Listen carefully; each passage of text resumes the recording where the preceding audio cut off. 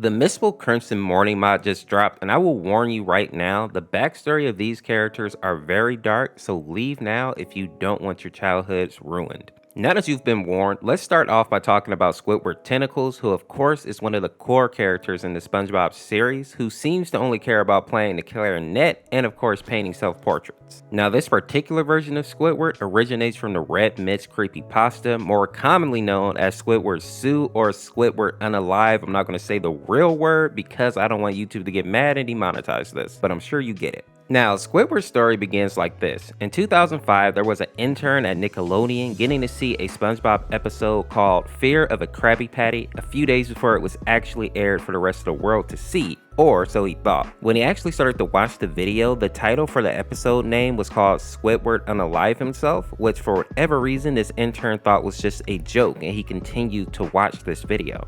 The episode began with Squidward practicing his clarinet, that is until he hears SpongeBob's laughter, which is kinda annoying, and Squidward basically goes out and yells at him to keep it down because he has a concert to practice for. SpongeBob agrees and he goes off to go find Sandy and Patrick, and then we're actually transitioned over to Squidward being in a concert hall hiding behind a curtain. It seems that the episode has a jump cut that takes us right to the point where Squidward is actually about to perform in front of a full crowd in his theater, and he is visibly nervous about it. When the presentation actually begins, the audience is repulsed by Squidward's awful performance and they boo at him aggressively. Even SpongeBob boos, which is very weird because that goes against his character completely. SpongeBob is definitely one of the kindest characters, period. And what's even more strange is the fact that the whole crowd had these weirdly realistic, extremely bloodshot eyes. Squidward is visibly traumatized at the sheer rage that the crowd actually showed him. The next part of the story happens after the concert, showing Squidward in his home sitting on the edge of his bed in complete silence. This is until he started to sob softly, putting his tentacles in his eyes. And then something creepy starts to happen. A sound similar to a light breeze starts to sound in the background, very slowly getting louder and louder. As the screen slowly zooms in on Squidward's face, his sobbing turns into crying, the screen twitches, the windy sound starts to turn into a full storm wind, and very faintly, the sound of children laughing can be heard in the background as well. Next, we see that the screen blurs and twitches violently as a gory image of a child flashes over the screen for just a single frame. As Squidward continues to have his breakdown, his tears actually turn into blood and the wind sound turns into a full tornado. And even creepier, the children's laughing that we heard a moment ago gets deeper and more demonic. And another gory child pops up on the screen.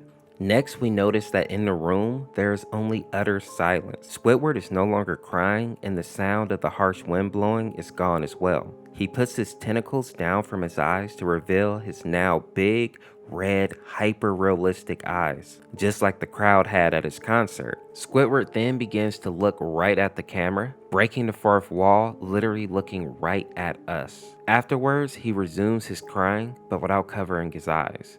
His sobbing is mixed with these terrifying screams, and he also still has those tears of blood dripping down his face. The loud wind sound came back along with the demonic laughter, and another gore-covered child flashes over the screen. And then out of nowhere, a deep, monstrous voice speaks, and he says, "Do it." Hearing this, Squidward actually reveals to the camera that he's been holding a weapon this whole time, and you can see exactly what weapon it is in the mod, and he immediately puts this item in his mouth, and I think you know what he does next. The episode ends with Squidward laying very still. The intern and his bosses looked into the creation of this episode and tried to figure out who the children were, but even to this day, there's never been any answer to the creepy, demonic SpongeBob episode.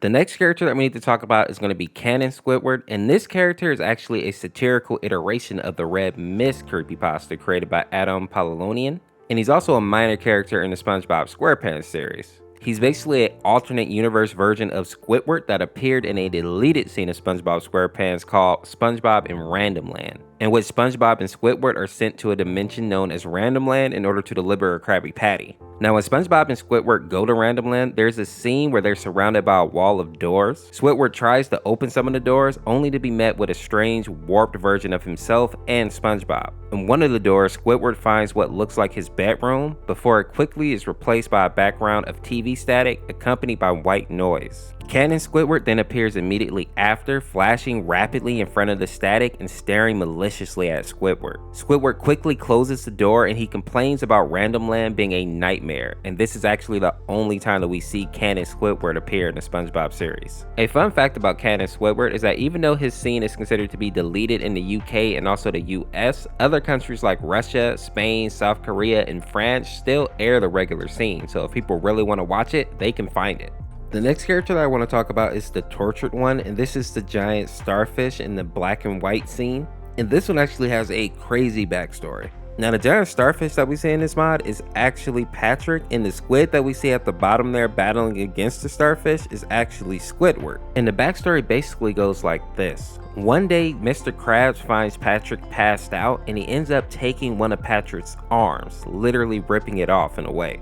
And since starfish have the ability to regenerate, that piece of Patrick actually regenerates into a clone of Patrick. Mr. Krab then takes that version of Patrick and hooks him up to a machine that will basically extract pieces of Patrick's flesh, and that is what Mr. Krabs is using for the secret formula in the Krabby Patty. And he basically has an endless supply because, as we said earlier, Patrick or starfishes in general can regenerate. Now the real Patrick doesn't have any memory of this because he seemed to have been knocked out when Mr. Krab actually took his arm. So later on, when he's out with SpongeBob and they decide to have a Krabby Patty, Patrick ends up getting a undercooked patty. And what basically happens is that since it's undercooked, the starfish flesh is still alive and Patrick has a connection with his clone. So as soon as he bites into the cloned flesh, he basically gets all the memories of that clone injected into him. So he knows everything that Mr. Krabs has done to him, or in actuality, his clone self. Now Patrick is so upset about this that he goes on a complete rampage because he thinks that everybody is basically in on this. Meaning that he thinks Squidward, Sandy, SpongeBob, they all knew about this. So he hates pretty much everybody in Bikini Bottom now. And the reason you see the giant version of Patrick versus Squidward in this mod is because Squidward is actually one of the few people who can stand up to Patrick and his many clones that pop up in this webcomic. But eventually many people in Bikini Bottom, including SpongeBob, who they thought had passed away, come together to defeat Patrick, making for a pretty epic story.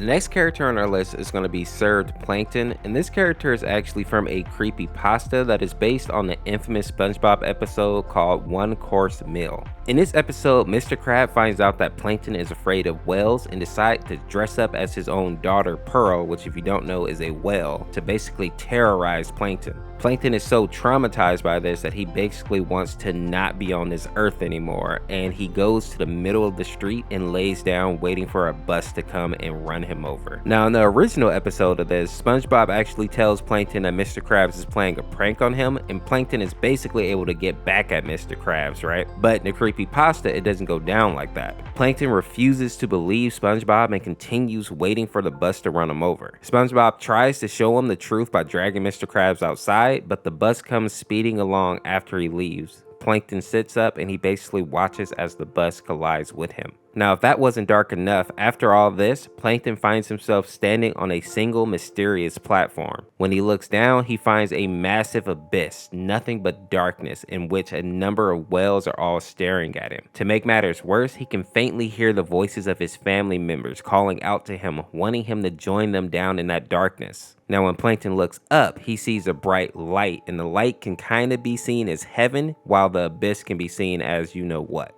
Eventually, Plankton ends up coming to terms with his fate, and he lunges down into the darkness, embracing the whales and his family. And this is when the creepypasta actually ends. And in all honesty, it's one of the few times that I actually felt bad for Plankton. The next character that we're going to talk about is Meat Canyon SpongeBob, and as the name suggests, this SpongeBob was actually created by the YouTuber named Meat Canyon, and if you haven't seen his videos yet, it is absolutely nightmare fuel, all of them. This version of SpongeBob is basically really similar to the original SpongeBob, but obviously he's all disformed and misfigured. And this is literally because the secret formula is actually within this version of SpongeBob, kind of like the tortured one. And Mr. Krabs and Squidward love that secret formula so much that they can't even wait for him to make the burgers, they just eat it directly from him. And again, this is why his body is so disfigured and misformed. One of the most creepy things about this though is that SpongeBob doesn't even mind them consuming pieces of him. He actually loves giving pieces of himself away.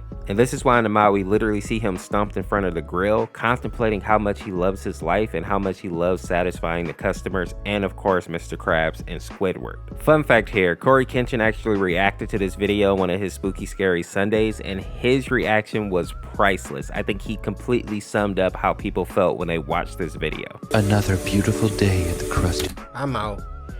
You think I'm about to? I'm not watching this! Look! The next characters that we're going to talk about is Faceless SpongeBob and Patrick, and this is basically a version of SpongeBob and Patrick from the lost episode creepypasta titled Faceless. Now in their backstory, a man basically finds a VHS tape in his mailbox and it has the word Faceless written on it in red. Of course, curiosity gets the best of him and he has to insert it in his VCR to see what's on it. Now the tape contains this crazy SpongeBob episode that strangely skips the opening song and title card and goes directly into the episode. In it, we see that Squidward wakes up in the middle of the night and he goes to work at the Krusty Krabs. Now Squidward notices that something is wrong immediately and the fact that it's way too quiet on this walk. Usually Patrick or SpongeBob or both of them would have come up and annoyed him by now. And that's when Squidward hears this muffled screaming coming from SpongeBob's house and Patrick's house. Now even though you can argue that Squidward doesn't love either one of these characters, he still goes to go check on them. But when he gets there, he notices that nothing is out of place and Squidward and Patrick are not in their homes. And this is when Squidward looks behind him and he sees Patrick and SpongeBob walking down the street, but they literally have no face, meaning that they have no mouth, no eyes, no nose, just like you see here in the mod. And as the two of them get closer, the muffled screaming gets louder and louder. And of course, Squidward panics and rushes towards the Krusty Krabs, only to find that Mr. Krabs also has no face, and to make matters even worse, every fish that's in there eating has no face as well. They're just pushing Krabby Patties on blank faces because they have no mouth. With this, Squidward rushes out to the jellyfish field to see if he can find some type of escape or answers, but he ends up fainting just due to the shock of all of this. Now when Squidward wakes up, he finds himself on a surgical table equipped with several medical tools next to him.